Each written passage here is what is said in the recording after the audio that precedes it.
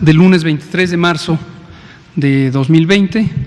Estamos en la Ciudad de México y hoy iniciamos la conferencia de prensa diaria sobre la situación del nuevo coronavirus COVID-19.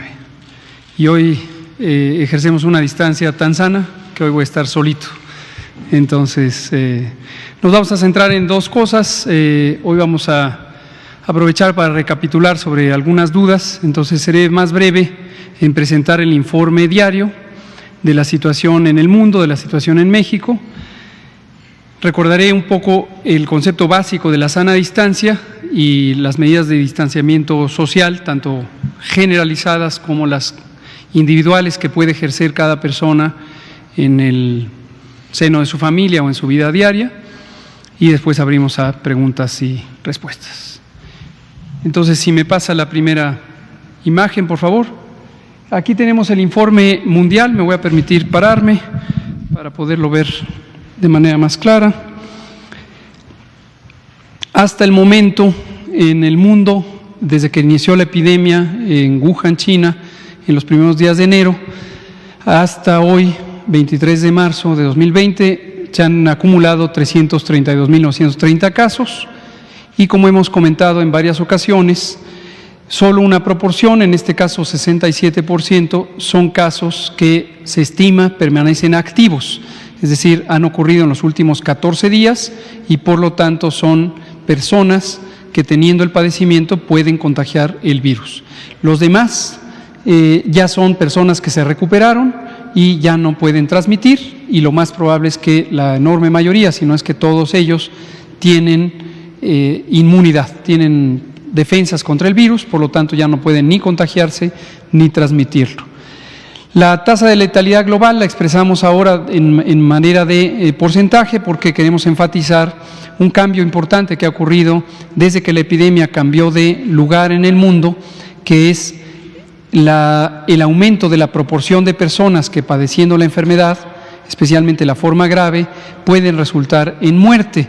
Y aquí quiero anticipar que esta medida varía entre países y por lo tanto varía en el tiempo una vez que los distintos países se empiezan a incorporar a la epidemia, porque depende mucho de la oportunidad y capacidad de los sistemas de salud. En México, bueno, ahorita terminemos con la parte del mundo, vamos a explicar aquí también que, aunque la letra está muy chica hoy, pero yo se los digo, Europa está aportando 49% de los casos de las últimas 24 horas y ya le está alcanzando la región de América con 42.5. ¿Esto qué quiere decir? La intensidad de la transmisión en las distintas regiones del mundo. Como bien sabemos, empezó en China y después se propagó a varios países del mundo, pero el centro de mayor actividad en las últimas 3 semanas ha sido la región de Europa, particularmente Europa Occidental. Y también en las últimas 3 semanas empezó a aparecer en América, en toda América, incluyendo Estados Unidos, Canadá y posteriormente varios países de América Latina. Hoy tenemos prácticamente toda América Latina que, de acuerdo a la clasificación de la Organización Mundial de la Salud, tiene al menos un caso en donde ha habido contagio en el sitio, en el país, y no solamente casos importados. Esta señal, si pasamos a la siguiente diapositiva, que es la situación de México, es una señal importante porque tiene que ver con esta progresión que se espera la epidemia tenga desde la fase de importación del virus, importación de casos, posteriormente hacia la transmisión comunitaria y eventualmente en algún momento hacia la transmisión generalizada. Ahorita voy a comentar eso. Acumulamos ya 367 casos confirmados desde el inicio de la epidemia. Se han podido descartar, ahí se esconde un número 1, pero son 1.865 los que están en la casilla verde. 1.865 casos han sido estudiados como sospechosos, han sido en su momento tratados o manejados como sospechosos, esto quiere decir puestos en aislamiento hasta el momento en que se detecta y se confirma, o bien se descarta porque la prueba de laboratorio resulta negativa. Y en este momento siguen en estudio. Antes lo poníamos en un fondo amarillo, hoy lo ponemos ya en un fondo azul, para no confundirlo con la escala de colores del mapa, 826 casos que han sido, que están en este momento en estudio como sospechosos. Acumulamos ya 4 muy lamentables defunciones, los 2 casos fatales que habíamos anunciado en fechas previas, y se agregan 2 nuevas defunciones, una de una persona residente del estado de Jalisco, de 55 años de edad, que fue anunciada por las autoridades estatales en horas de este día, y otra nueva en la Ciudad de México, un hombre de 71 años. Importante, en ambos casos los antecedentes de riesgo incluían enfermedades crónicas, las que hemos señalado, en particular diabetes. En el caso de Jalisco, una persona que tenía diabetes y obesidad. En el caso de la persona que lamentablemente falleció en la Ciudad de México, un hombre de 71 años que además tenía diabetes e insuficiencia renal. En la escala de colores del mapa, que está representada aquí arriba en esta escala de colores, lo que vamos mostrando es cómo la intensidad de la transmisión empieza a cubrir distintas áreas del país o distintos estados del país, pero sobre todo lo que hemos advertido desde hace algunos pocos días, que la zona metropolitana de la Ciudad de México, que incluye la Ciudad de México propiamente dicha y la zona conurbada, que es territorio del Estado de México, indudablemente va a ser la zona de mayor transmisión. Esto sencillamente porque la alta densidad poblacional de esta región es uno de los elementos que fomenta la transmisión. En el Valle de México reside un poco más del 25% de la población de todo el país, y por ello no debemos pensar que cada región tiene que tener la misma velocidad de acciones o la misma intensidad de acciones de prevención y de control. Desde el viernes pasado acordamos con el gobernador del Estado de México, con la jefa de gobierno de la Ciudad de México, que era conveniente que nos mantuviéramos muy bien coordinados, como nos mantenemos hasta el momento, pero también que la zona metropolitana tuviera la posibilidad de tomar decisiones aplicables a esta región y esperablemente pudiera tener adelantos de algunas acciones que eventualmente pudieran no ser pertinentes todavía para el resto del país. Esto corresponde precisamente con el esquema regionalizado que habíamos anunciado desde todas las semanas anteriores en la tabla que poníamos todos los días, donde hablábamos de los 3 escenarios y de las intervenciones correspondientes. Respecto a las características de los casos, tenemos todavía 11% de personas que han tenido enfermedad suficientemente importante como para requerir hospitalización, y 89% de personas que no han requerido hospitalización porque su enfermedad es suficientemente leve como para que puedan ser simplemente puestos en un aislamiento voluntario preventivo, que no contagien y se recuperen, como suele pasar en esta enfermedad en la mayoría de los casos, en forma espontánea, en una enfermedad que tiene algunos síntomas que son incómodos, son molestos durante algunos días, pero no afectan significativamente el funcionamiento de los distintos sistemas y órganos del cuerpo y tampoco ponen en peligro la vida. La distribución por sexos hasta el momento tiene esta particularidad: 37% son mujeres, el resto son hombres. En realidad no existe una razón conocida por la que pudiera haber esta distribución relacionada con el sexo. Lo que muy probablemente refleja también es los patrones de movilidad y por lo tanto los riesgos de contagio que existen en uno y otro géneros. También aquí un asunto que es importante es los distintos estados de salud que tienen las personas que hasta este momento se han acumulado como casos confirmados. 88%, ya dijimos, son los ambulatorios, y de las personas que están hospitalizadas, la enorme mayoría, que en su total son 7%, son personas que están hospitalizadas pero estables, es decir, están en una zona de hospitalización general, no están en unidades de terapia intensiva. Y como graves e intubados tenemos a 2% del total, sin olvidar que vamos a ir incrementando la proporción de recuperados. Ayer habíamos anunciado 1%, hoy estamos subiendo a 2%, y lo esperable es que en la medida en que este enorme porcentaje de personas que se recuperan espontáneamente lo vayan logrando, este porcentaje de recuperados va a aumentar progresivamente. La siguiente. Esta es una información nueva que me gustaría compartir con todas y todos ustedes, también allá a la audiencia. La fase 1 o el escenario 1 se define como la situación en donde los casos vienen de fuera. Esto ocurrió al inicio de la epidemia, son aquellos casos que personas, ya sea residentes de México o ciudadanas mexicanas que viajaron al exterior, se infectaron en el exterior y regresaron.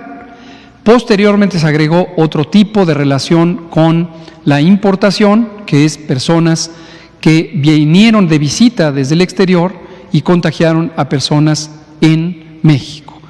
Estos dos fenómenos se conocen como casos importados y el segundo como casos asociados a la importación. Y hemos definido desde hace varias semanas la existencia de una primera generación de contagios que ocurre cuando personas que viajaron pueden contagiar a alguien que no viajó. Mientras se mantenga ese patrón, no nos salimos todavía de la fase 1 porque tenemos la enorme posibilidad de rastrear e interrumpir las cadenas de transmisión. Sin embargo, hemos tenido una predicción desde el inicio de los trabajos de preparación. No olvidar que México empezó a prepararse desde el 3 de enero de 2020 y hemos identificado las distintas situaciones de lo que está por venir. Y en ello identificamos que irremediablemente, conforme aumente el número de casos, nos empezaremos a encontrar situaciones en donde se vuelve crecientemente difícil hasta llegar a ser imposible el rastrear cada cadena de transmisión. Pero además, cuando ese número de casos empieza a aumentar, ya no solo se vuelve imposible, sino se vuelve muy poco útil el intentar perseguir o rastrear a cada uno de esos casos y cada uno de esos contactos y sus cadenas de transmisión. Esto, y por eso ponemos esta tabla desde hoy, es un proceso gradual. No ocurre de un momento a otro, no ocurre con un caso más. Entonces, lo digo porque la declaración o la identificación de un cambio de etapa o de escenario, por ejemplo, del 1 al 2 o del 2 al 3, es un proceso gradual. No es una situación en donde de un día para otro ya uno pueda decir, aquí ya cambiamos de fase. Lo puede uno decir, pero en realidad es una situación arbitraria, poco realista respecto a lo que está ocurriendo. En realidad, como se manifiesta esto, es que cuando crecientemente se encuentra uno con la imposibilidad y también la poca utilidad de rastrear las cadenas de transmisión, empieza a ser crecientemente más importante las medidas colectivas, las medidas sociales de mitigación que generalmente corresponden a la etapa 2. En México, como lo hemos dicho desde hace una semana, desde el 14 de marzo, preferimos adelantarnos a las circunstancias, empezando con las medidas de fase 2, justamente 2 semanas antes de el momento en el que esperamos que empiece a haber un crecimiento rápido en el número de casos diarios. Regreso a la tabla. Lo que vemos aquí es de los casos confirmados, que son 367, representarían un total, un 100%, 292 aún son casos importados. De estos 367 casos acumulados, desde el 27 de febrero, cuando tuvimos el primer caso detectado. Sin embargo, 70 de ellos, 19%, son casos asociados a la importación. Es esta relación entre alguien que viajó y contagia a alguien que no había viajado. Y lo que empezamos a encontrar, pero lo queremos anunciar muy tempranamente, desde que la proporción es muy pequeña, son algunos casos en los que no hay un antecedente identificable de importación. Es decir, en el estudio epidemiológico del caso se interroga al paciente, a la paciente, se le pregunta que haga memoria, si viajó, si recibió a un visitante que viniera del extranjero, en particular de los países de alta transmisión, y ya en 5 de estos 367, lo que representa por el momento un porcentaje muy pequeño, 1%, ya empezamos a encontrar que hay personas que no son capaces de identificar o reconocer a quién les contagió. Esta es una señal muy temprana, pero esta es una señal característica de la transición hacia la fase 2. Quiero que ustedes la conozcan desde este temprano momento y recuerden que México decidió adelantarse a las circunstancias aproximadamente 15 días antes de empezar con una fase acelerada de transmisión. Creo que es la última.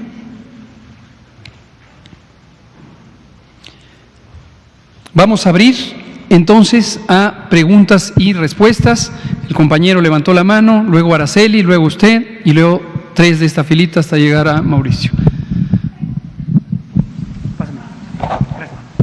Adelante, por favor. Gracias, doctor López-Gatell. Carlos Padilla, de la revista Zócalo. Gracias, doctor. Doctor, por las proyecciones que nos comentó usted inicialmente, la epidemia que se convirtió en pandemia surgió, creció y se expandió de China para, digamos, del oriente al occidente, ¿no? Después pasó a Europa, donde se está desarrollando. Y ahora usted nos dice que el 49% de los casos está en Europa, pero el 42% está en América ya. ¿Cuál sería su proyección para las próximas semanas si dentro de algunas semanas Europa se dejará de ser el foco principal y tal vez América se convierta en el nuevo foco importante de expansión y de crecimiento? Yo le pregunto primero eso y también le preguntaría ¿cuántos casos graves tienen registrados actualmente ustedes? Porque desafortunadamente los graves se dirigen algunos casos hacia el fallecimiento, desafortunadamente. ¿Cuántos casos graves tienen registrados ustedes? Y por último, ayer nos dijeron que habían aumentado más de 60 casos, pero nada más aumentaron 16. No. De la comparación de ayer a hoy. 51. 51 más. Sí. Bueno, si me comenta eso, por favor, primero lo de la expansión, si el virus va a crecer de manera desproporcionada en América en las próximas semanas, y segundo, en los números de casos graves, y lo último que le pregunté. Es correcto, Carlos, su pregunta y su observación son muy atinadas. Lo que este virus, como puede ocurrir o ocurre frecuentemente con los virus emergentes, van afectando distintas partes del mundo y también al interior de cada país, de cada estado nacional, en distintas subregiones o provincias o estados en nuestro caso. Esto ocurre porque el virus no se propaga de una manera uniforme, dado que la mecánica de transmisión no es por un medio físico, como pudiera ser el aire abierto o el agua, etcétera, sino es de persona a persona. Los patrones de transmisión, por lo tanto, están gobernados por los elementos de la densidad de población, es decir, en un área física dada, si hay muchas personas o hay pocas personas, y también por los elementos de movilidad.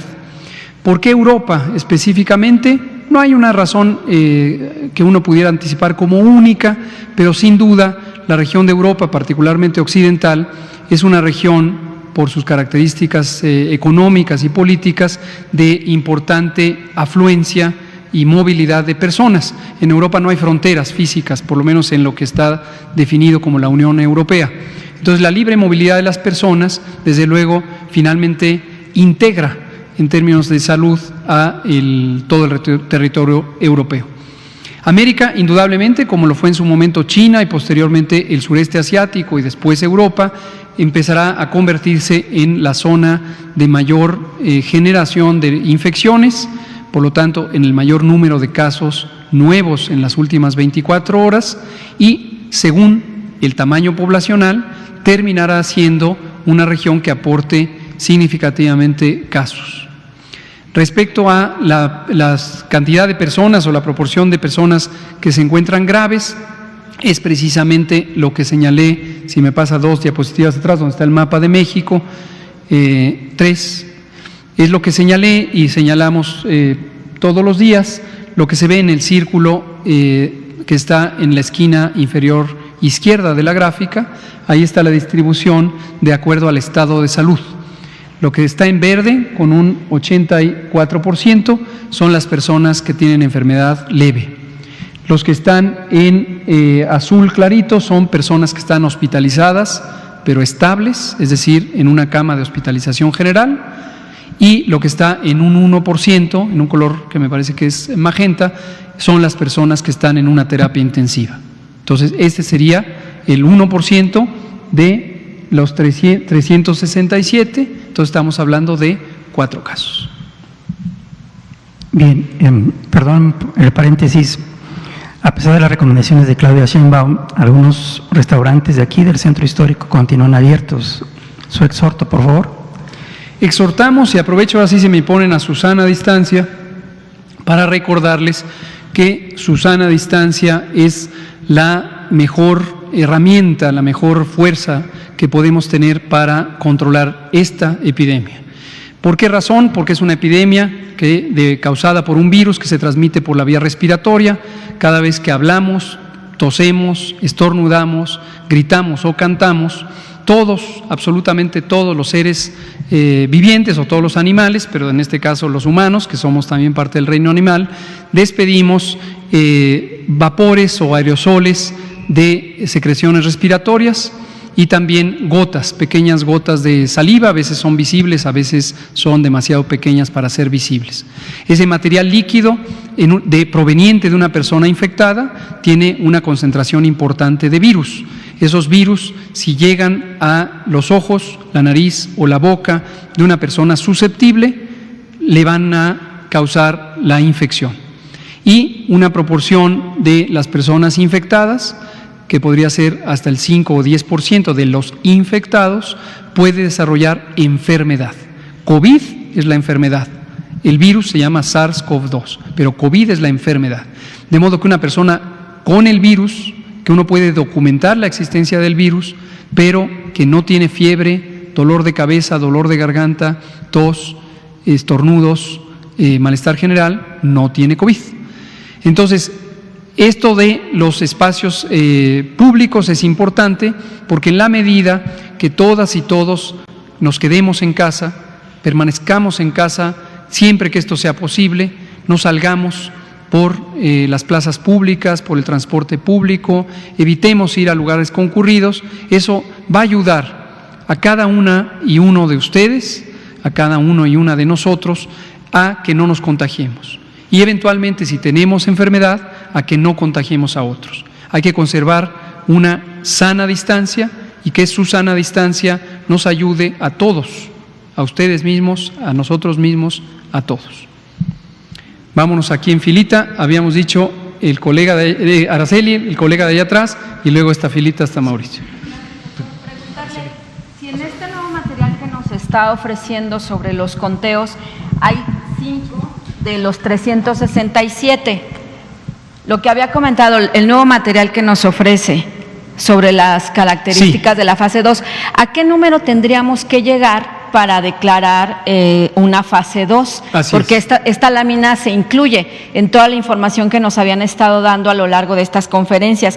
¿Qué número tendría que aparecer ahí para que declarara fase 2? Porque si bien no recuerdo, entonces seguimos en fase 1. ¿Cuándo ocurriría la fase 2? Y preguntarle si el 01800 ya está restablecido. Gracias. ¿Cómo no? Gracias por las preguntas.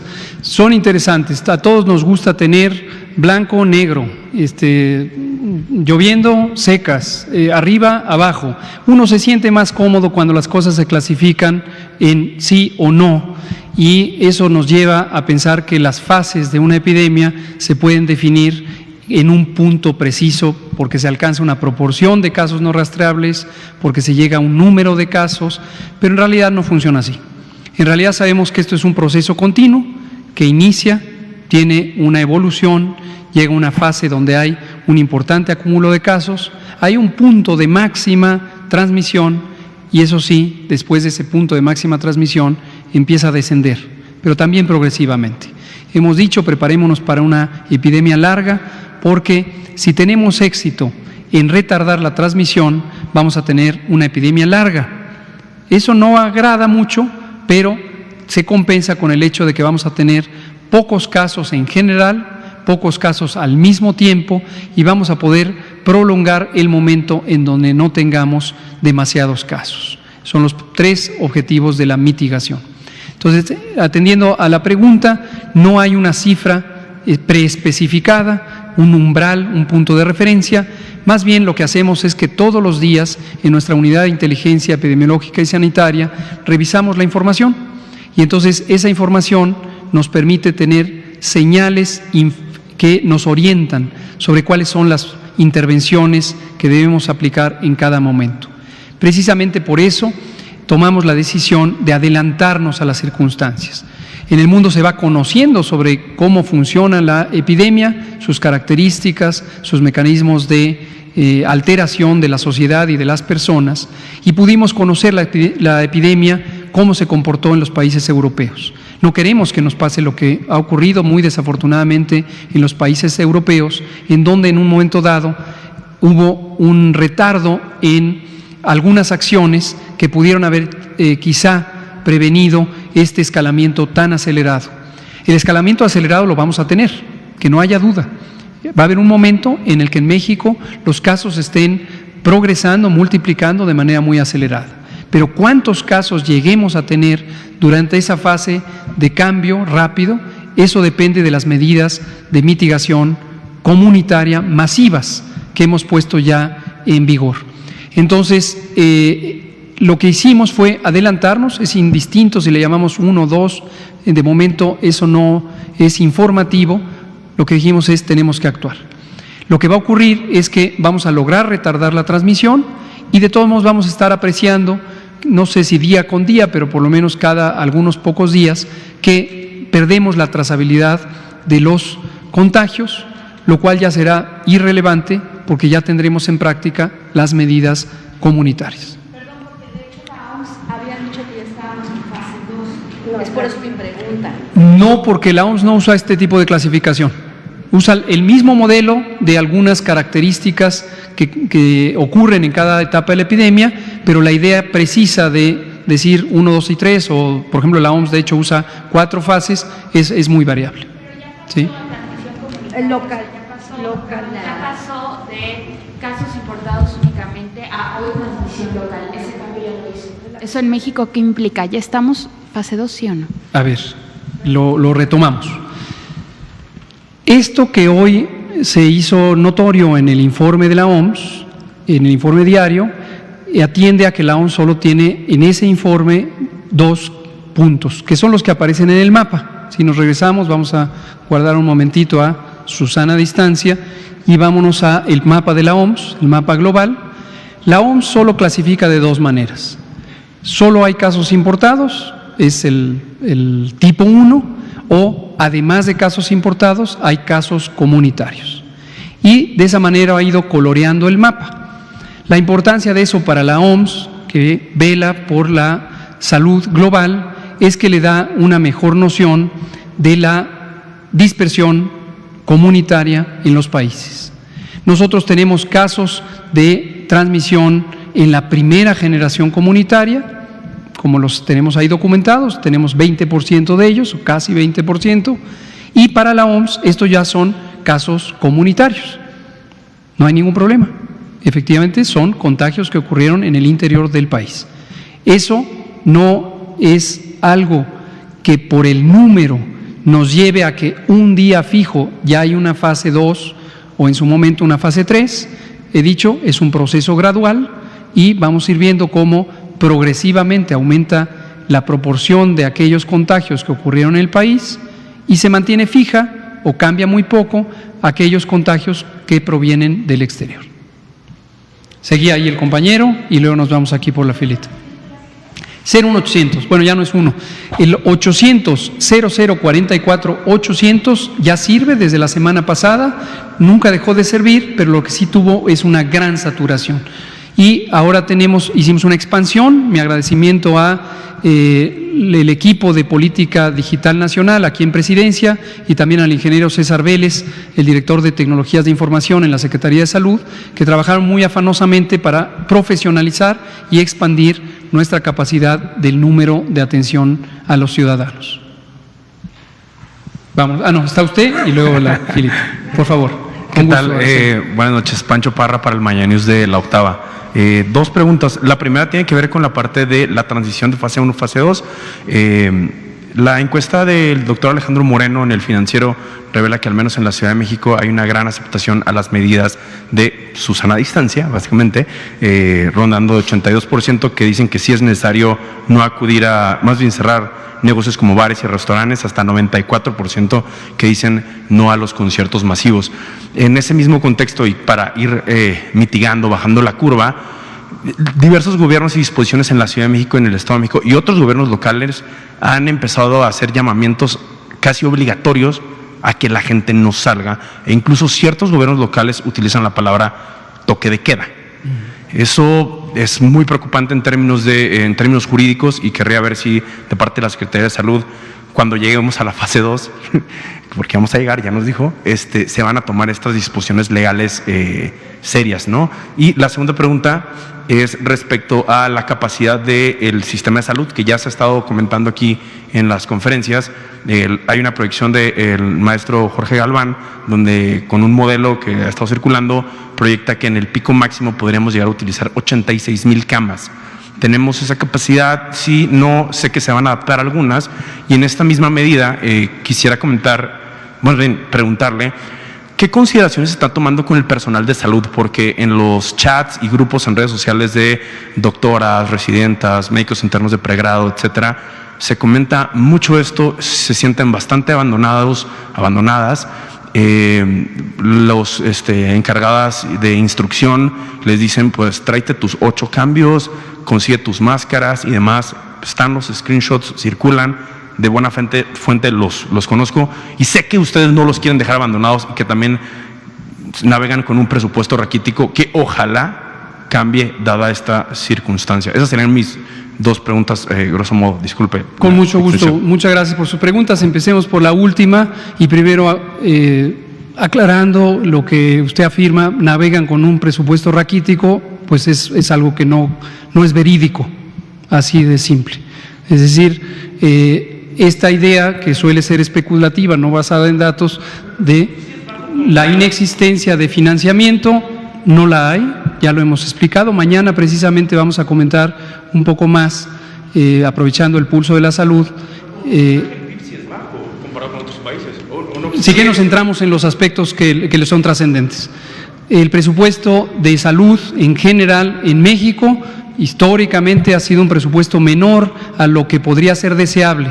Es decir, si consideramos una referencia, por ejemplo, los países miembros de la Organización para la Cooperación y el Desarrollo Económicos a los que México pertenece, en general México está en las partes bajas del financiamiento de salud, con un presupuesto que ha rondado alrededor del 3% como proporción del Producto Interno Bruto, cuando en 50% se utiliza 7% del Producto Interno Bruto. Si en ese sentido consideramos que el presupuesto de salud históricamente en México, a lo largo particularmente de los últimos 30 años, ha sido bajo, estoy de acuerdo, lo hemos comentado, ha sido bajo. Ahora, lo que sí me parece que es muy importante es que usted no meta en una discusión sobre COVID, donde acaba de señalar que hay preocupación del personal de salud sobre los recursos con los que cuenta, un señalamiento como presupuesto raquítico, porque lo que va usted a contribuir es a que estas respetables y queridas médicas que nos están oyendo piensen que usted está diciendo que la carencia que están identificando en su realidad inmediata es por un presupuesto raquítico. Entonces, no. El presupuesto necesario para afrontar la epidemia de coronavirus es suficiente y además, lo ratifico, lo hemos dicho muchas veces, tenemos el absoluto respaldo del jefe del Estado, del presidente de la República, para utilizar tanto financiamiento como sea necesario de acuerdo a los criterios técnicos de la preparación, que en México inició desde el 3 de enero de 2020, y la respuesta que inició con el primer caso el 27 de febrero. Respecto a qué le diría a nuestras médicas y médicos, enfermeras, enfermeros, personal de apoyo, psicólogas, psicólogos, todo el personal de salud, primero les diría lo que siento y he sentido siempre, un profundo agradecimiento. El personal de salud, ya sea el que está inmediatamente en contacto con las personas enfermas, pero también todo el personal de apoyo, que es un conjunto muy amplio, son indispensables. Aquí es donde nos damos cuenta, con un fenómeno como este, la importancia de un sistema de salud público, de un sistema de salud gratuito, de un sistema de salud competente, de un sistema de salud no solamente en su parte de atención médica, sino también en su componente de salud pública, las intervenciones preventivas, las intervenciones de control comunitario. Hemos señalado también muchas veces que las epidemias como esta se controlan en la comunidad, se atienden en los hospitales cuando llegan momentos importantes como la fase 2 y 3, en donde empiezan a aumentar el número de personas enfermas que necesitan hospitalización, pero las mayores intervenciones preventivas, la mayor reducción del número de casos y también la mayor reducción de la probabilidad de muerte ocurre por las acciones que hagamos en la comunidad. Entonces, mi respeto, mi admiración, mi agradecimiento a todo el personal del Sistema Nacional de Salud.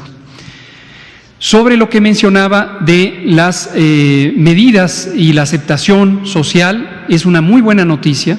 A lo largo de estas semanas, desde que instalamos formalmente los mecanismos de preparación y que dimos la primera conferencia de prensa sobre esto el 22 de enero, recuerdo muy bien que usted me preguntó por qué el 22 de enero o en ese momento están dando una noticia de algo que aún no llega a México, precisamente por eso, porque uno tiene que informar desde antes de que las cosas ocurran, cuando uno empieza a prepararse para que ocurran.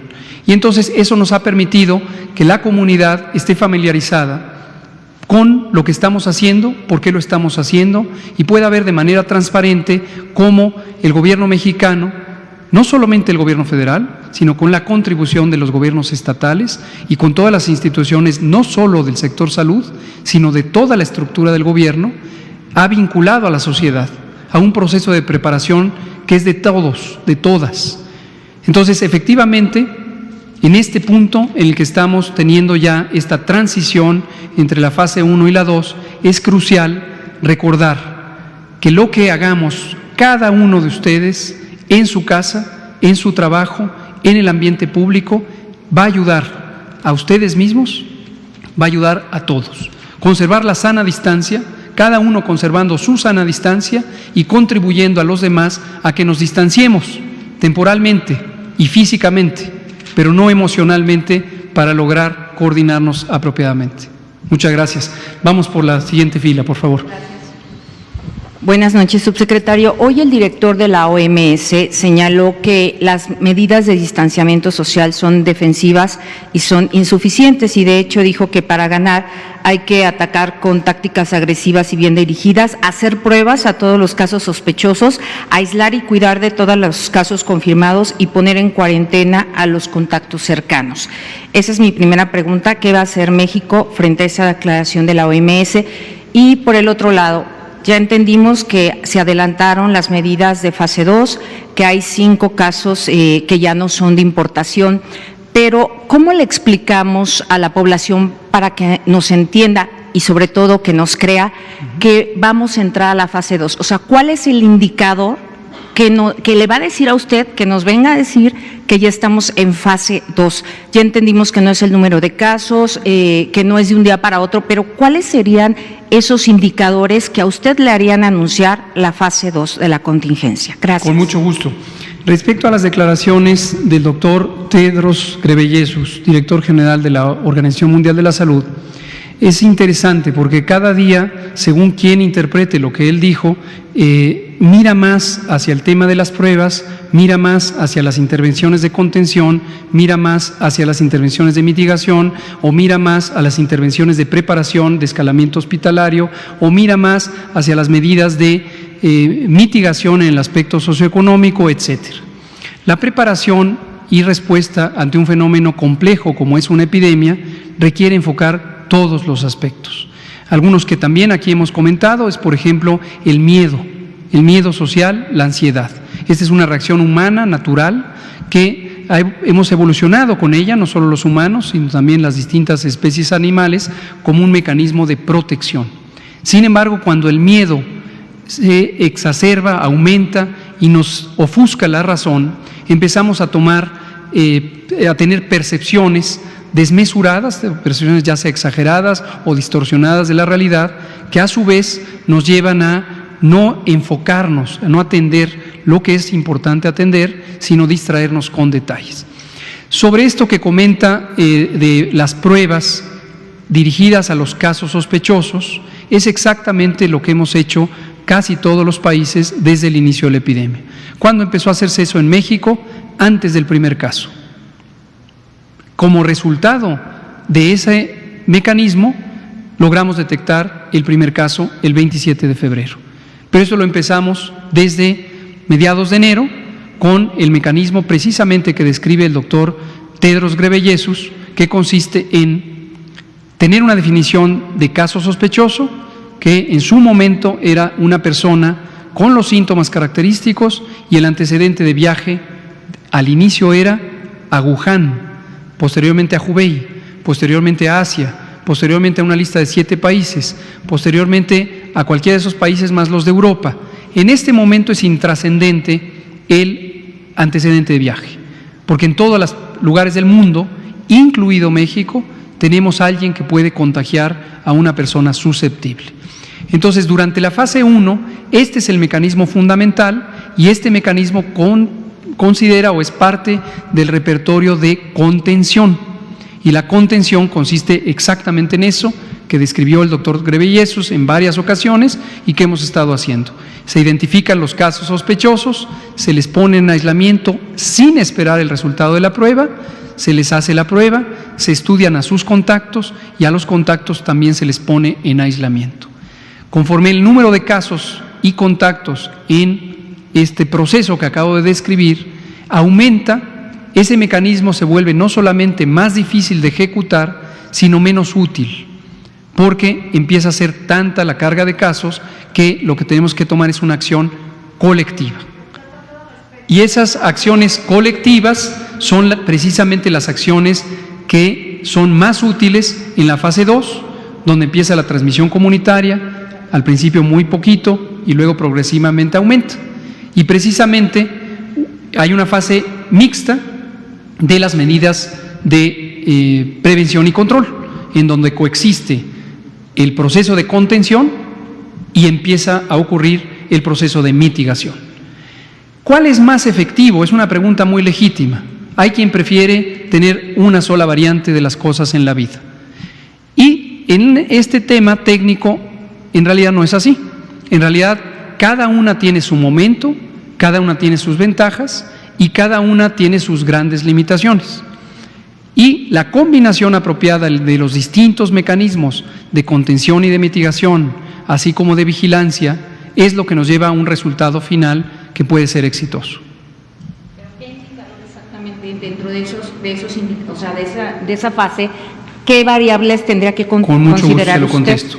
Esto es lo que hemos dicho casi cada día cuando ponemos esa tabla de colores, la podemos volver a traer, que explica o define o describe las características fundamentales de la fase 1, la fase 2 y la fase 3. En la fase 1 o escenario 1, la mayoría o prácticamente todos en el primer día y progresivamente menos de los casos son de importación. Puede haber casos de transmisión comunitaria, pero solamente en una primera generación de contagio. Yo estoy infectante, contagio a mi familiar directo, pero ya no contagio a nadie más. Ese familiar ya no contagia a nadie más. Eso es la situación 1. Y en general existen algunas decenas de casos. Posteriormente, y de manera continua, de manera progresiva, empieza a perderse la trazabilidad de los casos. Aquí lo acabamos de mostrar, tenemos hasta ahorita 1%, irá creciendo, 2, 3, 5, 7, 20, llegará un momento en que los casos no son trazables. Esa es una de las características de la fase 2. Hay transmisión más allá de la primera generación y el número de casos se cuenta por centenas. Además, los casos se agregan geográficamente y empezamos a tener brotes comunitarios. Brote en una escuela, brote en una colonia, brote en un sitio de trabajo. Finalmente, este mismo proceso, que no ocurre en fases arbitrariamente segmentadas, sino en forma continua, empieza a conglomerar esos brotes comunitarios, porque a lo mejor ya no se ocurrió en una sola escuela, sino en 2 o 3, ¿no? Y empezamos a contar millares de casos, y ya hay una absoluta imposibilidad, pero además inutilidad de intentar trazar cada uno de los casos. Y ahí sí, el mecanismo de contención ya no tiene sentido alguno, porque lo mejor es privilegiar la mitigación y la preparación de los ambientes hospitalarios. Doctor, pero la OMS ya... Vamos por turnos, por favor. La siguiente. Buenas noches, doctor Gatell. Armando Jefferson, del diario 24 Horas. Son 3 preguntas muy breves. Primera es, ¿por qué varios estados de la República, incluyendo la Ciudad de México y Estado de México, han decretado sus propias medidas de higiene y sanidad?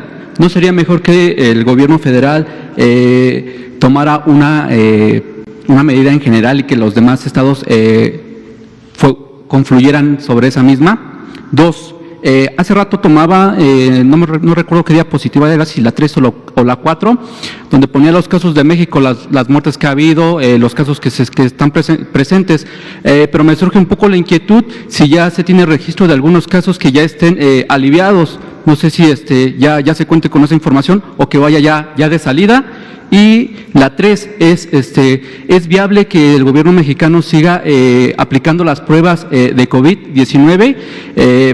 El gobierno de Estados Unidos no las está aplicando ya, pero hay especialistas que sí mencionan que se deben de aplicar. Y bueno, anteriormente yo estaba haciendo algunos testimonios en el aeropuerto y comentaban que hay personas que son asintomáticas y entonces las pruebas no recuerdo el nombre con el que se mide la temperatura, obviamente no la registran, pero ya son personas que pueden empezar a transmitir la enfermedad.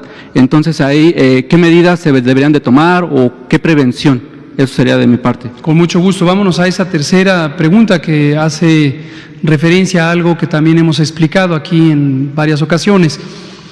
El control de temperatura o el registro de temperatura puede ser un mecanismo parcialmente útil para identificar a aquellas personas que, por tener fiebre, por tener temperatura elevada, pudieran ser personas con la infección, dado que algunas de las personas con la infección o con la enfermedad COVID tienen temperatura. La lógica es, si yo detecto que la tienen, puedo tener la oportunidad de ponerlas en aislamiento, reconocerlas como un caso sospechoso, hacerles la prueba, estudiar sus contactos. Sin embargo, no todas las personas tienen temperatura durante el curso de su enfermedad COVID, es decir, temperatura elevada, más de 38 grados, pero no solo eso, la duración de la temperatura es variable y también si una persona toma medicamentos que disminuyen la temperatura, por ejemplo el paracetamol, que es uno de uso muy común, puede ocurrir que en el momento en que se presenta al punto de inspección no tenga temperatura. Y precisamente por estas razones, los filtros basados en la medición de temperatura tienen una utilidad limitada, considerablemente limitada. Y esto es lo que nos ha llevado a decir ya en varias ocasiones que si uno tiene que hacer un operativo de alcance nacional o de alcance local para prevenir y controlar una enfermedad como esta, uno debería utilizar otros mecanismos más útiles y dejar solo estos como un recurso secundario, complementario quizá, pero no el principal. Ahora, el otro fenómeno es sobre las personas que pudieran ser contagiantes, aún sin síntomas. Esto ha sido identificado en algunos casos esporádicos, hay algunas series de casos de contagio en el mundo que ocurrieron por una persona que posteriormente se detectó como contagiante, no habiendo identificado que tuvo síntomas. Eso lo hemos encontrado también en algunos de nuestros casos, cuando hacemos los estudios de contacto y nos muestra con quién estuvo expuesto. En las personas con quien estuvo expuesto, hemos documentado algunos que no tuvieron síntomas. Entonces, esto es parte de la variabilidad biológica. Precisamente estamos planeando un estudio que ha propuesto el Instituto Nacional de Ciencias Médicas y Nutrición, Salvador Subirán, para identificar qué tan importante es este fenómeno de los transmisores asintomáticos y que eso nos ayude a reorientar algunos esfuerzos específicos de prevención. Muchas gracias. Mauricio, por favor. Alejandro Alemán, de Medicina Nos quedan Digital. 5 minutos. Sí, mire, yo soy muy concreto. Quisiera preguntarle, ¿por qué no nos liberan los datos del sistema Centinela? El sistema Centinela está desde el 94, tiene una norma oficial mexicana, tenemos unidades de monitoreo, se establece claramente los objetivos que son buscar el virus. Entonces ahí también hay pruebas. Nos han estado pasando un mapita verde que se actualiza cada semana, que nos están diciendo cuáles son las pruebas que se han hecho, pero ¿por qué no nos liberan los datos? Yo creo que esto ayudaría mucho a esta gran inquietud que tenemos todos de decir cuántos casos hay, ¿no? Y esto se lo digo porque no me dejará mentir si le digo que la epidemiología no es una ciencia exacta. Gracias. Con mucho gusto. La epidemiología es la ciencia básica de la salud pública y tiene distintos métodos. Algunos se basan en constatación directa o documentación que puede ser cualitativa o cuantitativa, y muchos de los métodos de la epidemiología se basan en la inferencia estadística y la estimación, que son distintas materias que son exactas en la medida en que aluden o acuden a los números, pero que reconocen la incertidumbre de fenómenos complejos. Ahora, sobre lo que usted pregunta, por supuesto, no es cosa de liberarlos o no liberarlos, es cosa de, con mucho gusto, ilustrarles dónde está en el portal web de la Dirección de Epidemiología los distintos, no solo datos, sino inferencias y estimaciones que llevamos haciendo por muchos años por este sistema. Están ahorita en el componente del sistema de vigilancia de influenza, que es donde nacieron, pero con mucho gusto los podemos transportar al micrositio para que ustedes los puedan ver de manera clara. En este sistema que está funcionando, que está haciendo pruebas, ¿han detectado COVID-19? Hasta el momento no, y lo que le platico es lo siguiente. Esta exploración, este barrido, tamizaje, este reconocimiento territorial en búsqueda del virus SARS-CoV-2, lo iniciamos desde la segunda quincena de enero en rondas deliberadamente exploratorias del territorio nacional semanales.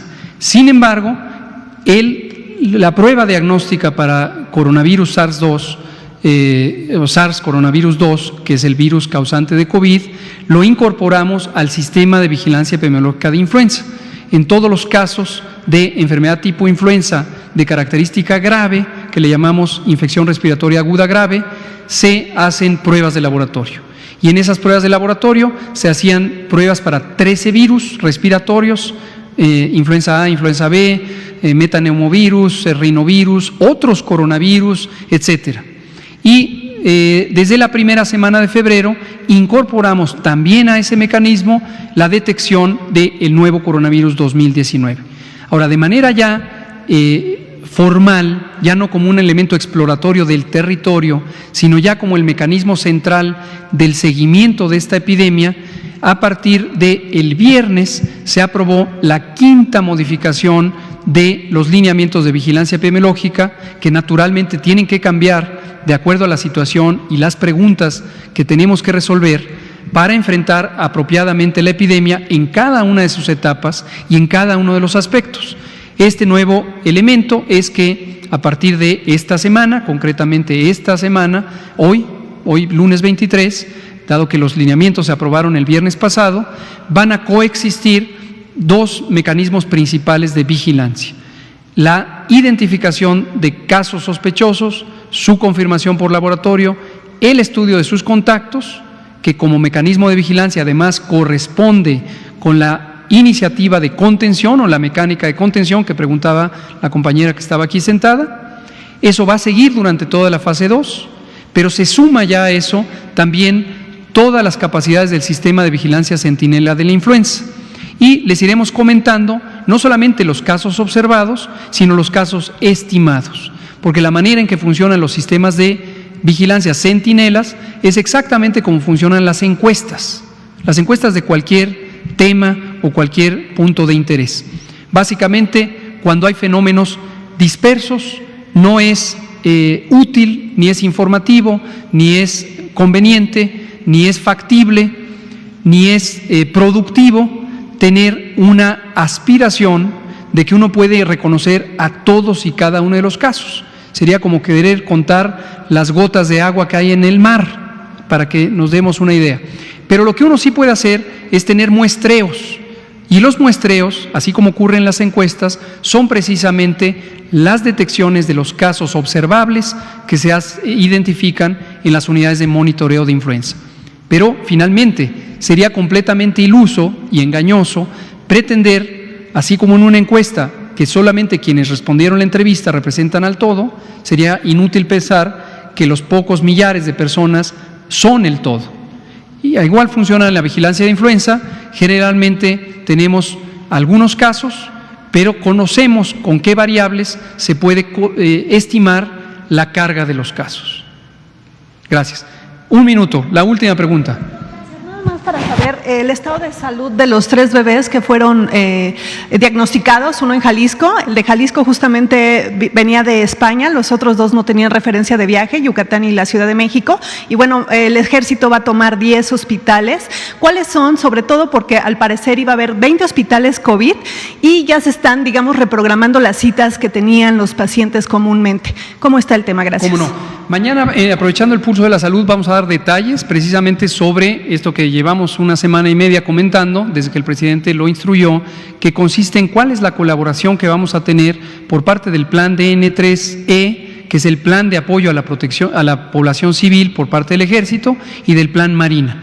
Y ahí vamos a detallar precisamente esta organización de los distintos hospitales para hacer más eficiente la atención. Respecto a los bebés, no llevamos un seguimiento clínico, llevamos un seguimiento poblacional y conforme van evolucionando satisfactoriamente, pues serán dados de alta. Si tuvieran un desenlace desfavorable, que esperamos no sea el caso, dado que han estado razonablemente estables, pues entonces ya informaremos si hubiera un desenlace desfavorable. Muchas gracias.